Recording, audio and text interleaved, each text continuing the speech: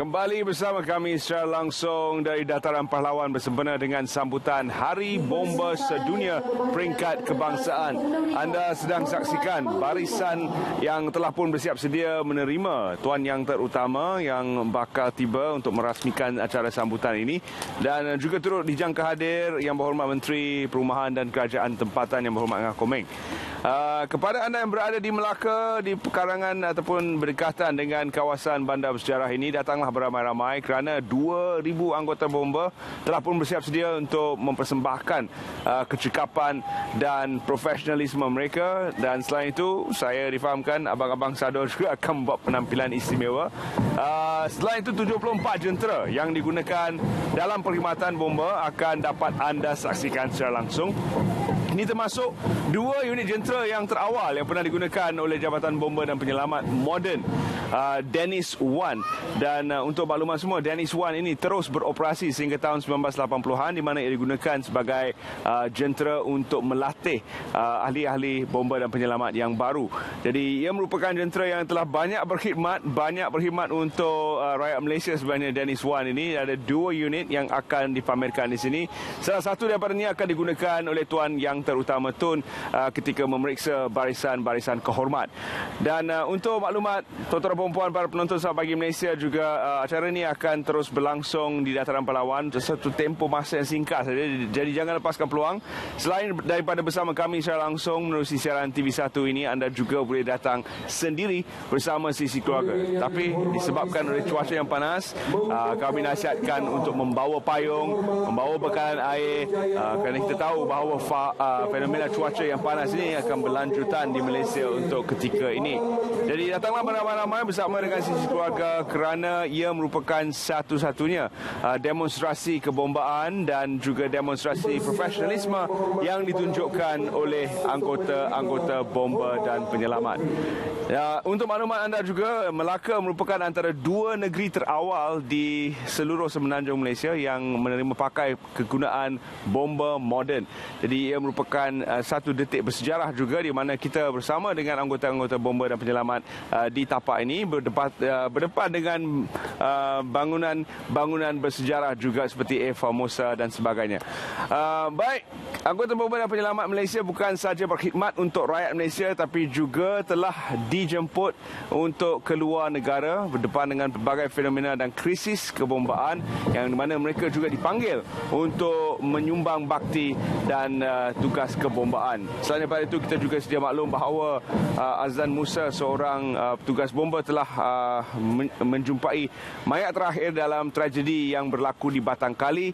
Ia juga menunjukkan kecekapan anggota bomba kita dalam membuat kerja-kerja penyiasatan dan membantu dalam meleraikan sebarang malapetaka. Kita akan saksikan bingkisan istimewa ini yang telah kita sediakan, yang menggabungkan beberapa insiden yang berlaku yang telah pun kita sama-sama sebagai rakyat Malaysia menjadi saksi utama kepada kecekapan anggota bomba dan penyelamat negara, bukan sahaja di dalam negara tapi juga di peringkat antarabangsa. Kita saksikan bersama bingkisan ini.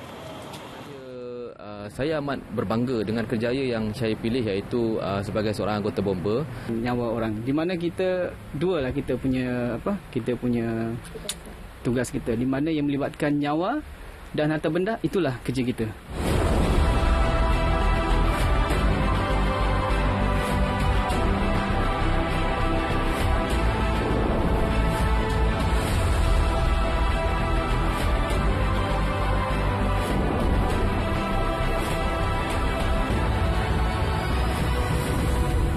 Masyarakat semua sedia maklum berkenaan dengan gempa bumi yang berlaku di Turki pada Februari yang lepas.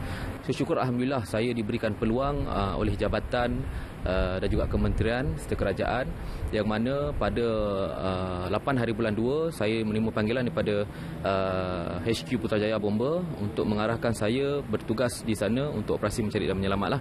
So sepanjang di sana saya dapat terlampau banyak sangat pengalaman lah, yang mana saya tak pernah, yang kita takkan jumpa di Malaysia lah, iaitu gempa bumi. Dan itu merupakan pengalaman pertama saya hadir operasi yang melibatkan gempa bumi, dan saya berpeluang merasai kesan dari segi pengalaman.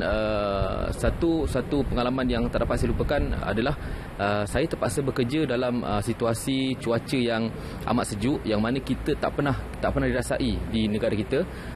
And then dari segi kesukaran kurang perbezaan kalau kita nak comparekan, sebab elemen runtuhan struktur ni dia sama di mana-mana negara pun dia sama. Cuma perbezaan dia adalah dari segi struktur binaan di sana lah. Okey, sebab bangunan-bangunan di Turki dia dibina berdasarkan kepada 4 iklim, 4 musim. Kita dapat bekerjasama dengan pasukan-pasukan penyelamat daripada negara-negara luar. Okey, so kita dapat banyak pengalaman, kita dapat beberapa ilmu. Okey, dan cabaran seterusnya adalah dari segi communication. Macam mana kita nak communicate dengan local rescuer, macam mana kita nak communicate dengan masyarakat dekat sana. Kita kekurangan dari segi sumber-sumber air bersih, okay? Dari segi sumber elektrik, sebab kawasan tu dah boleh dikatakan dah terjejas disebabkan runtuhan-runtuhan lah. Contohnya di Batang Kali sendiri, di mana terdapat mangsa yang terdiri pada 5 kanak-kanak tau. Okey. Di mana di sektor C, kebetulan saya in charge di sektor C pada ketika itu, di mana kita jumpa mangsa pada pukul 5 petang. Okey. Mangsa ni di dalam satu kumpulan, tapi dia tak berpelukan, dia tak berpegang. Dia dalam satu kumpulan saja, berjarak-jarak.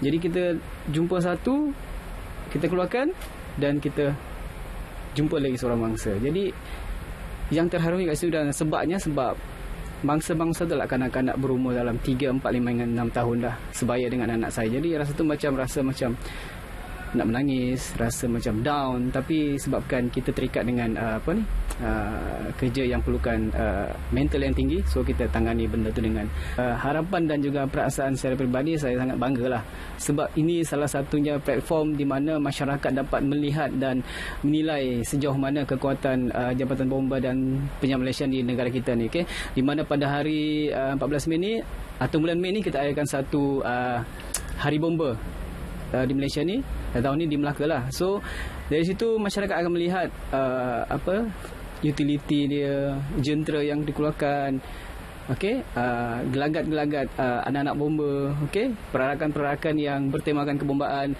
pasukan-pasukan khas bomba. Juga kita ada pamerkan kita punya bomba sukarela kan, yang orang jarang nampak, okey.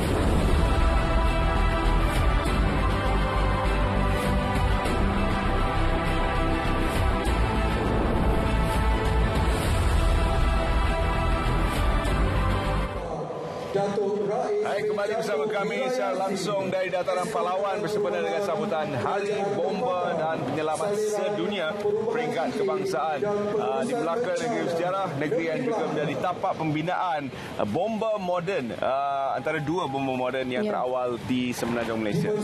Ya, dan seperti tadi anda sudah menyaksikan satu bingkisan berkenaan pengorbanan Wira Merah, di mana kebanyakan anggota-anggota bomba ini bukan sahaja membantu masyarakat dalam komuniti setempat saja, malah ada sesetengah daripada mereka yang terpilih, yang bertuah, boleh menabur bakti di negara luar. Umpamanya seperti kita saksikan tadi operasi di Turki, dan juga tanah runtuh di Batang Kali. Sebenarnya pengorbanan mereka sangat besar, ya, Terence. Dan seperti yang kita sedia maklum, di tanah runtuh Batang Kali, pengorbanan seorang penolong Pusurujaya Bomba Azlan Musa telah berjaya menemui mangsa yang terakhir. Malapetaka di Batang Kali tersebut mengorbankan beberapa orang kanak-kanak, dan mangsa yang terakhir merupakan seorang kanak-kanak berusia 11 tahun yang dijumpai hasil daripada kepakaran penolong Pusurujaya Bomba Azlan Musa dalam menjalankan tanggungjawabnya sebagai seorang bomba yang profesional. Dan ini menunjukkan bahawa Malaysia mempunyai ahli-ahli bomba yang begitu profesional, yang begitu terlatih dalam sebarang situasi kecemasan. Seperti di tanah runtuh itu, memang sukar untuk pastikan bahawa ianya benar-benar selamat untuk mereka masuk dan membuat kerja-kerja penyelamatan dan juga mencari mangsa. Jadi ini merupakan satu saksi, kita semua menjadi saksi sebenarnya kepada kecekapan mereka di medan. Tak dinafikan juga dengan bantuan K9, anjing pengesan yang membantu untuk mengesan mangsa-mangsa yang tertimbus disebabkan oleh kejadian tanah runtuh di Batang Kali. Jadi lanjut sebenarnya berkenaan dengan pengorbanan mereka ini, kita dapat rasai dengan lebih dekat. Kita nak bersama dengan rakan penyampai kita, Ismail Adnan. Ya, sudahkah anda bersedia? 2,000 anggota bomba, 74 jentera dalam perarakan sambutan Hari Bomba dan Penyelamat Sedunia peringkat kebangsaan. Kita bersama dengan Ismail Adnan. Silakan Ismail.